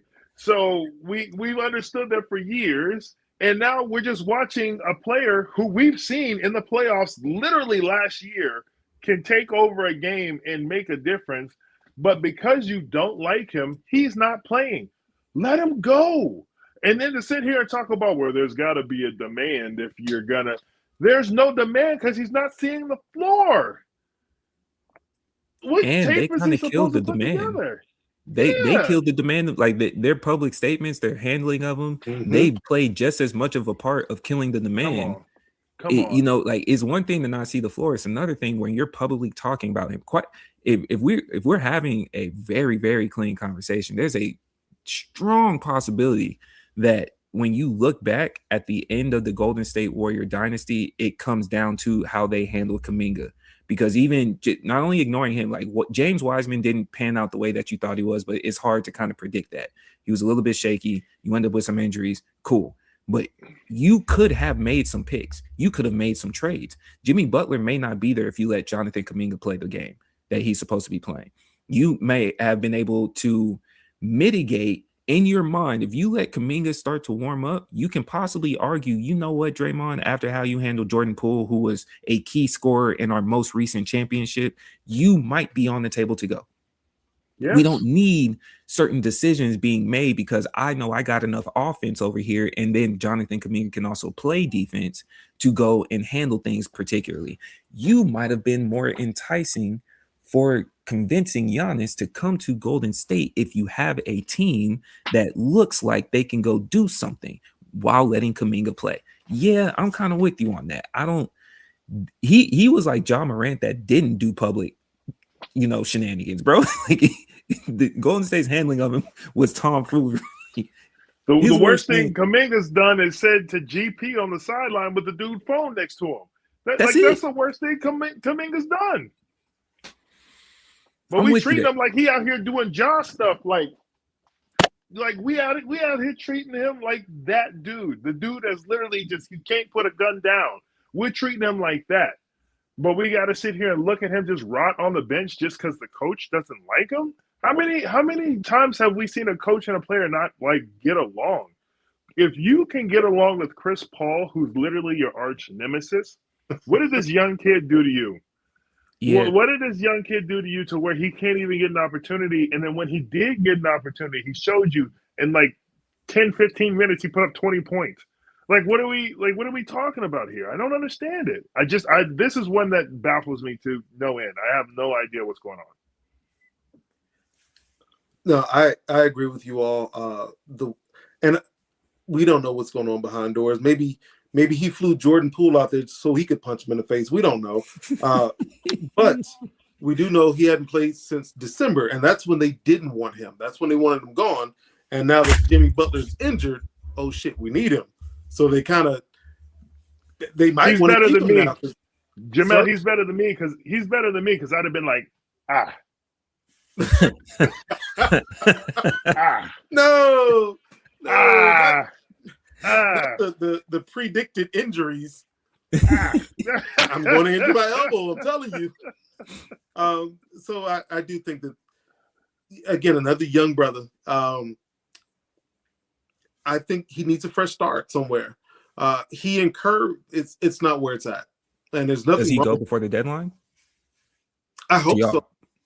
For both him and the team's sake, I really hope so. Give me like y'all's top team that could utilize him immediately. Like we're gonna go with contenders. Because the two teams they said they're interested in him are the Sacramento Kings and the Dallas Mavericks, which I think doesn't really make sense for either one unless you're taking like Debo and putting him with Golden State. But yeah, contender wise, I still think he should have been like not even a contender. I think he should have went over to Milwaukee or something like that, where he at least could play like third fiddle, in a market like that. But I mean, Miami could use him. There are plenty of teams that could use Kuminga and like actually use him as one of their starting players. So I think there's a thing with Miami specifically, before Jamel answers, that is now kind of becoming known, which is why we haven't really seen people trade with him. I think that Tyler Hero is not what they're trying to put him on the table as. And that shifts a lot of things. I think as the time has went along, it's like, no, you in fact really can't be the primary player for him. Right. And so now that not since they started to build around him a little bit, or let him have the team, let me say that they haven't built around him, but they let him have the team. They've kind of shot themselves in the foot on that. So he's not as marketable as he once was, which in turn means you can't get rid of him. And then whatever you are sending him for, you're going to have to give up some other things that you may not have available to get even a Kuminga back. I think Miami might have screwed the pooch here. Yeah. Chicago has a revolving door at power forward. We drafted Patrick Williams. He was a bust. Then they paid him. He got paid. Still a bust. He's like the third power forward off the bench. Yep. He's your Jonathan Isaac. Great in Orlando. Yeah. Yeah. Chicago could use Jonathan. He got hurt though at power forward. Jonathan Isaac's always hurt. Every year he's hurt. Every year. He's trash. He's a defensive guy. He's not known for his offense. He's a defensive guy. Trash is crazy. But Kuminga, he could be the star, one of the stars in Chicago. Put him with Giddey. Yeah. Okay. I'm not sure that's why I asked y'all, because I couldn't think of one. I don't really know a contender that could utilize him to his max potential right now, that doesn't already kind of have that need filled or have built their teams in a different light. But you did mention something. He was able to play with Chris Paul. And speaking of hated Pauls, has Rich just gone too far? Like, is this tampering? Is this not tampering? At some level, it has to be. At some level, it has to be. Even now, I know he's the agent. I understand, but before we jumped on the pod, he made it clear to the Mavs that he expects Anthony Davis to be traded. That's what he told the Mavs. That came out today, right? But now you're also trying to dictate or beforehand. You didn't know that? Yeah, he told the Mavs he expects Anthony Davis. He said that about chicken wing right now? He sure did. Street clothes. Yep. Yes. Remember how I said, like you have chicken wing and you're literally saying trade him? Good sir. I believe when I passed my schooling that I was a certified reader, right? This isn't a knock to you. I'm just telling you what the thing said, right? And so if you look right there, right, where it says sleeper, Rich Paul right there. For those that are unaware, boom, that is what he said. He demanded, made it clear to the Mavericks, he wants Anthony Davis not only traded, but before the deadline. That's what he told them. You have no pull on that. How can you tell an organization to dump an asset when they have no pull? Because they didn't talk about Austin Reeves. I mean, he's tampering. The Austin Reeves thing was crazy, and Jamel, I'm gonna let you get yours off. It was crazy because you could have said the Lakers need to make a move. Because right now, I don't think what we have constructed as a team is going to get us to the promised land. You could say any of that if you want to specifically name a player and then name who he could be traded for as if you are the acting GM. Sir, you are overstepping. That is not your job. Make the phone calls, see if you can set it up, but please stop that. Who did they say to trade him for? Jaren Jackson. Specify. Oh, yes, he what? Did. Oh my God. Ew. Yes, he did. He did say Jaren Jackson. Yes. He said if he was the Lakers. Painted the scenario. He was working the money and the dollars amount. He was literally ESPN trade setup. Like he was doing the whole nine. That's too far. Your skin is in the game. You can't say, oh, no, this is just my opinion. You're not at the barbershop. You're at a public podcast. You are talking to the masses with your groups. What? That's a fact. Saying you demand Anthony Davis to be traded at his age and with his injury is also because don't get me wrong, the Mavs were looking in the market. Yes, we know that they were also. I think it's also been put out that even with his injury, it's not as bad as they initially thought it was. It's a hand injury, so you're able to kind of work back a little bit faster. And as far as I know, it's not his shooting hand, so you're okay. It's a ligament tear. You just they got better doctors than we do. But to just demand, like, why can't you do the same thing and let the Lakers be alleviated of LeBron is usually my question here. And this was just no hate. Now it's coming to the point where Genie buses, all of that frustration is being aired out. They feel a way towards him. You got LeBron. Bronny got a guaranteed contract. 4 years. Bronny got a guaranteed contract. Trade him to anywhere. I'm sure he has a non-trade clause though, knowing his dad and Rich Paul being his agent. But there better not be. There better not be on a rookie contract. There better not be. Is there any of the teams that you think could make a splash? Is Giannis on the table? Yes or no? How do y'all feel about that? I think so. He says he wants to stay. It's some of the micro also. Like when the crowd booed him, remember that part? And he fell. Yeah, he was booed the crowd back. Yeah. I think there's a subtle little break, and you think I think he might want to be traded. To who? Jamel, do you think he's fed up? I think he's fed up. He's such a humble guy. To your point, he's looking back at the crowd going boo, boo, like back at them with it. I know. Do you think there's something to that? He seems like such a nice guy though. Like, I can forgive you. I won y'all a championship. I can forgive you. Like, we do suck. Yeah, boo us. Yeah, like boo. But like, there's a little something behind that, and I think you know that. Maybe if we stick to the theme, you call him the Greek god or the Greek freak, and if we know Greek god is a mythology, they weren't friendly with the mortals. They didn't like them. You can't boo them. Definitely wasn't cool with no thumbs down. Yeah, you can't boo them. If a take team off his head. If a team could pick him up, who who needs to make that shift? Because right now, what I'm seeing in Houston is one of the scariest things that I'm watching be put together, and they're only developing. The they're missing a tandem piece. that they're just missing a piece. But I don't think they're in a position to where they're worried about a lot of the way that their team has melded. It's perfect pieces and the perfect placements. Yeah. Somebody has to go beat them, because what I'm observing just between the OKC and San Antonio rivalry is Chet is very scared of Wemby. There's no reason Lou Dort or Jalen Williams should be on ball guarding Victor Wembanyama, which means you acknowledge that there's other problems outside of this perfect team that they hyped you up to be. You don't trade Chet. That's not what I'm saying, but you might need to go get a piece, and you have the pieces to get Giannis. San Antonio is young.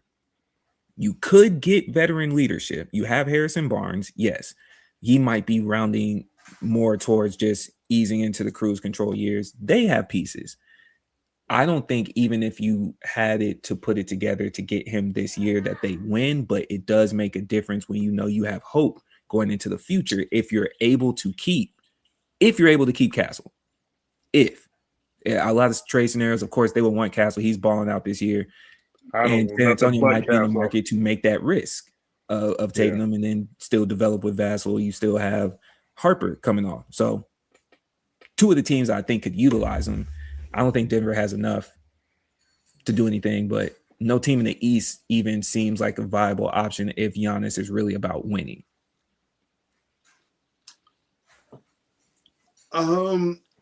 So OKC, once Hardenstein gets back, they'll be fine. He can guard Wemby. Hardenstein's a bigger body, and that'll give Chet a break.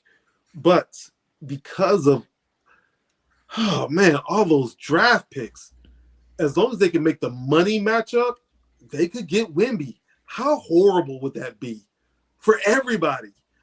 Same thing with San Antonio. You mean get Giannis? Get Giannis. I'm sorry. I mean Giannis. Yeah. I was like, okay. I was like, San Antonio ain't signing up for Jack.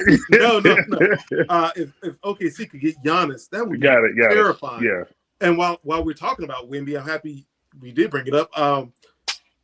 San Antonio is almost in the same position OKC is as far as trade pieces. Keldon Johnson, they're not going to give up Castle, but they can give up Dylan Harper. They can give up Barnes. They can definitely make the money match up. And then give him just a shit ton of drafts. He could go there. How scary would that be? I don't know if Houston could get him, but Houston's already a terrifying team, and they haven't melded. Durant just got there yesterday. They still haven't melded yet. I don't know, man. I'm seeing all them do moves that they weren't doing pre-Durant. They've been in the lab. If we're looking east, they could trade him to New York for Cat, and there was an article talking about how no matter where Cat goes, your team won't win. You won't get to the promised land. It just won't happen. And it's just his play style. But they could put Mitchell Robinson back at the starter at center and put Giannis right there, power forward. Keep it moving. Man. But I think that's the only team that would work in the East, in my opinion. But if you stick him anywhere in the West, it's just outside of Golden State. Golden State, that's an older team. They'll drop off eventually. But San Antonio or OKC, it's just horrible for the next 5 years. Same teams coming out the West over and over. Those three, San Antonio, OKC, and Houston. Same three teams. The Lakers had their chance. The Lakers had their chance. And anyways. No, I, to your point, can't Rich Paul be out of this one, buddy? Unless Rich Paul trades LeBron to Milwaukee for Giannis. Yeah, no, it's one of these situations where, like, I agree with you. I definitely think that if OKC hits the red button, just forget it, because they can just throw picks and a couple young players and smile and keep all their remaining staff and then go draft another young guy next year. Like, I can just see how that works out. So I honestly think they just have the red button sitting on the table. And, like, at any point in time, things get dicey and they want to make that move, they can. I agree with you. When Hartenstein comes back, I think they're back to right where they need to be. Giannis, when I said they were missing one person for Houston, I was actually talking about Fred VanVleet, how he's out right now. But like that's the one piece that they were missing. You're they right. might be. Yeah. They might be, but that's the one piece they're missing. And I think if he's there, they're a complete team, and they have everything that they need. So it's so scary. It's very scary in Houston right now because they have a chance to really make a run at this, and they're missing one of their key pieces who could give you 30, 40 on a night. So that's crazy to think of. Before we go to the last person before we wrap up the pod, I just hope everyone is aware. If KD gets a ring, all of y'all have to shut the fuck up. Y'all do. Like if he gets one, because it now that whole narrative that they've been running with of he couldn't win by himself, he hasn't won since Steph. He's still not by himself. Nobody's by himself, himself, but he's not by the two greatest shooters of all time. So you're not by the greatest shooters. You don't have the all-star cast that we've seen typical teams that don't do it. His generation, you know what they look like. LeBron Thompson? Are you serious? You know what I'm talking about. When we're talking about the Steph and the LeBrons and them and even the Kawhis who you had by you, we're not going to do this. You can't win without Steph. Goes out the door. With no VanVleet. I'm not saying he doesn't have talent around him. All of them had talent around them. Let's not do it. You know what we mean by this. You didn't have the all-star team. This wasn't Kyrie and James Harden. This isn't Devin Booker. This isn't none of them. This isn't you. You chose to avoid going to Boston because you would have been playing with Jalen and Jason. Yes, it's this. No, you have to have the conversation of he has now won since then. Come on, he is now back in those conversations. People are going to have to deal with it. I'm sorry. Come on, no, so he hooks up with Kyrie and James Harden in Brooklyn. So he gets these all-stars. There were some injuries, but the rest of the team was not good. He goes to Phoenix, same thing. You got Booker. Bill has dropped off dramatically, and the rest of the team was not good. You're now making the Houston, where the whole team is good. You're making his argument. You're making his argument, Jamel. Because remember, you and I talk about. I always say this about KD. I'm of the opinion that he was an injury away. He did what he was supposed to do. He didn't have the greatest tenure in Phoenix. I'm with you. I've said those words you just said to you in person in the office. No, I'm saying he should not. I'm saying we should still pile on him. I'm getting to it. We should still pile on him. That's what I'm saying. All those others, he had great players with him, a couple of great players, but he didn't have a great team. Now he's in Houston. He has a great team. A great team, unlike those other places. As a matter of fact, a lot of nights, he's not first or second fiddle. He's playing third fiddle a lot of nights because he has a great team now. So if he wins a chip with this Houston team, I'm going to still poop on you. You needed greatness around you. You're not gonna make it seem like this team that he's on right now is like any of the all-star teams that he had before where he made it happen. Where he made it happen is what we're talking about. Okay, I know he went and teamed up in Brooklyn and it didn't work out. That's fine. So you're only going to talk about the one team where he won a chip. You're not going to talk about everywhere else he went because that doesn't matter. No, I'm not saying that KD hasn't bounced around and that there hasn't been an opportunity, but I'm just saying. What do you say? KD winning a chip nullifies all that talk. You know, Rudy gonna go there. All I'm saying is we're talking about a championship, right? Where he won the ultimate goal twice. He won it with two of the greatest shooters of all time, and you and I both know the crap that KD had to take for making that move. The moves that he made after that move were not as egregious as him going to the Warriors. So if he goes and wins with Houston, again, he couldn't get it done in Phoenix. They couldn't figure out how to do anything in Phoenix. So again, we gave him what we were supposed to for that. We gave him what we gave him supposed to for Brooklyn. But if he wins with this Houston team with these young guns, and you look at it and go, "Oh no, this isn't OKC's team. This isn't the San Antonio Spurs team. We're talking about a team that needed a lot of help." And then they figured it out with Udoka and brought in KD, and now they win a championship. If he wins this championship without Fred VanVleet as well, and they don't make any other moves, my brother, you wearing these glasses but you really need these because you're not seeing what I'm trying to show you right now. All right? Look, No, we still gonna poop on him. You know what? I would bet money. We're talking about 5 years down the line. Amin Thompson, we're already talking about him being an all-time great, one of the best all-around players of all time. The center, Shangun, thank you. We're going to talk about him, potential Hall of Fame. I mean, he's going to win or be an all-star game after all-star game after all-star game. These guys are young, but they are exceptional. Amin Thompson and Shangun, they're walking triple-doubles. At any night, they can get you triple-double. The team and even their bench, coming off their bench, Shepard starts sometimes, but usually he comes off the bench. I mean, their bench is really good. If you don't know about Rex Shepard, let's not. I know about Reed Shepard, but I'm not gonna sit here. I'm not gonna sit here and talk about Reed Shepard like he's the devil's lettuce has affected me, but you know what I'm talking about, all right? So with that being said, I will not. I'm still going to pile on him. He should have won one in Brooklyn, and that's fine. He should have stayed longer in Phoenix. Still had all-star talent. No, it was bad in Phoenix. I'll put it this way: we can agree to disagree here. It looks like Abe and I on the same page, and I understand where you're coming from, Jamel. Not y'all really. Been jumping me all night. But here's what I would say: got to jump you back in. We should all kind of pull for him simply for the fact. Do you know what his burner account would look like if he gets a ring? Ooh. Not the burner account. Do you know the shots he'll be shooting from the burner if he gets a ring, bro? The middle finger emoji would be banned from Twitter. Bro, man. If he gets a ring, man, come on, man. But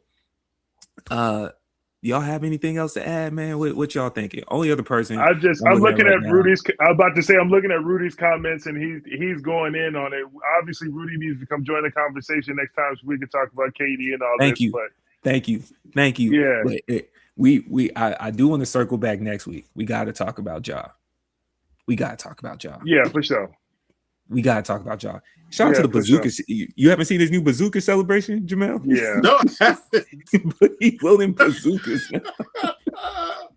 Oh my God. He got the rocket launcher, man.